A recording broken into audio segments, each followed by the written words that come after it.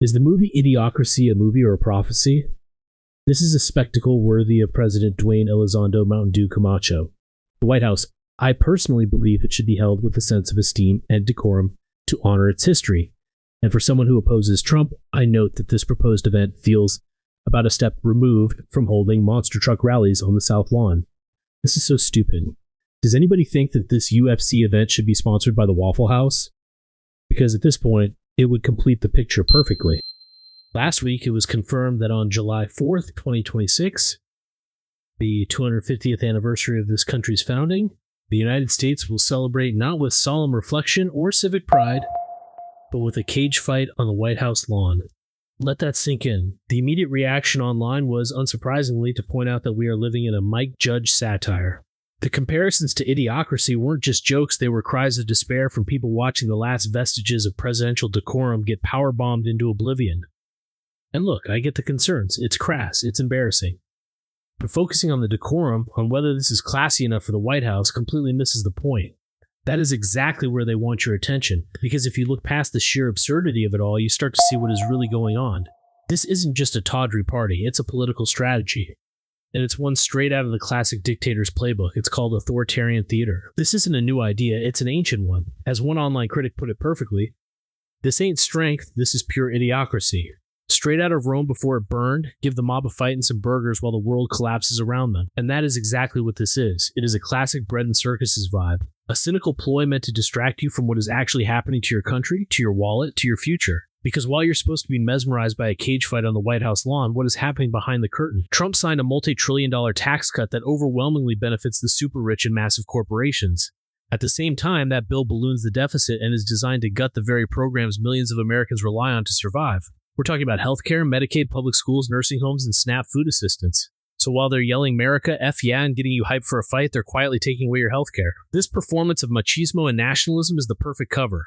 It carries shades of fascist Italy under Mussolini, with its obsession with masculinity and spectacle. Trump has repeatedly used the UFC to project his tough guy image. A man who wears bronzer, a tough guy.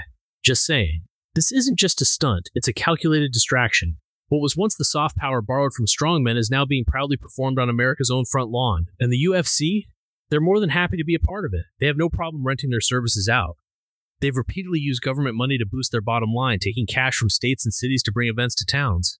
The Ultimate Fighting Championship UFC frequently receives site fees and other payments from city, state, and national governments to hold events in their jurisdictions. This has become a significant part of the company's business model. This doesn't exclude governments with notoriously awful human rights records like Saudi Arabia or Azerbaijan. The UFC seems to have no problem being a tool for dictators and theocratic monarchies.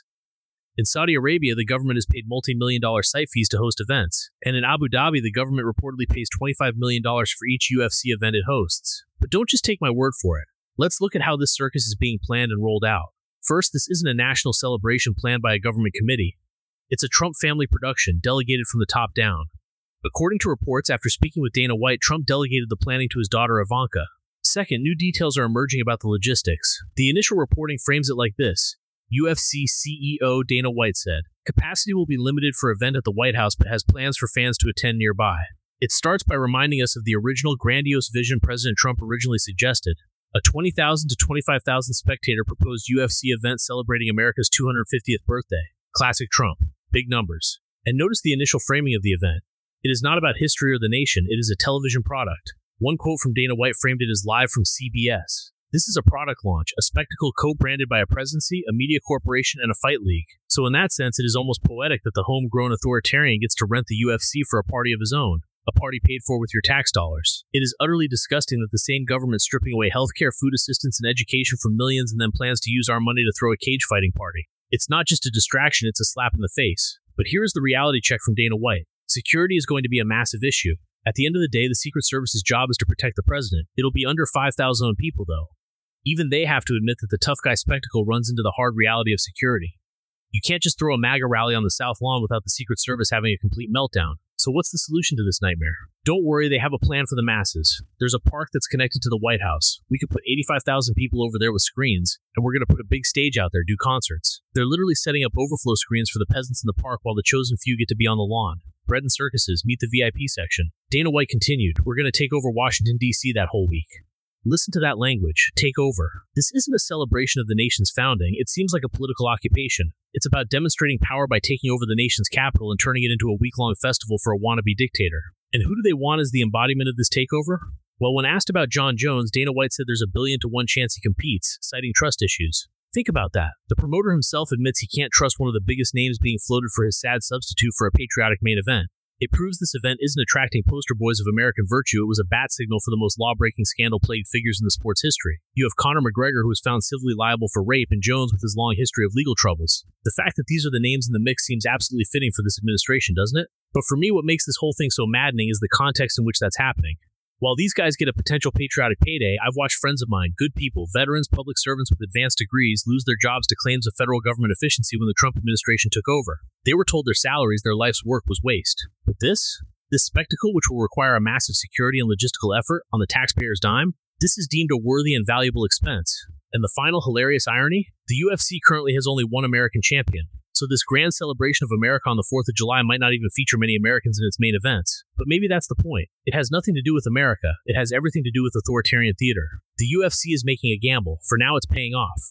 They're about to sign a new massive broadcasting deal. Their situation is secure. But they've permanently intertwined their brand with a political identity that is causing deep, sharp divisions in this country. And while that looks unassailable at the movement's peak, it'll be worth revisiting when we're at its trough. This isn't just about a tawdry party on the White House lawn. It is about a government that prefers bread and circuses to public service, authoritarian theater to democratic decorum, and spectacle over substance. It's the moment the Idiocracy prophecy stops being a joke and starts feeling like a documentary. The close personal and political relationship between Donald Trump and UFC President Dana White also fuels criticism that this is an example of using the presidency to reward political allies and business associates. But I just find this inappropriate and undignified. Oh, and yeah, I haven't watched UFC for a while, but I used to be a fairly large fan. I've been to a few matches. The energy in those arenas was remarkable. But does that mean I feel like UFC belongs on the White House lawn? Hell no. The White House is not a UFC venue. It absolutely diminishes the dignity of the office.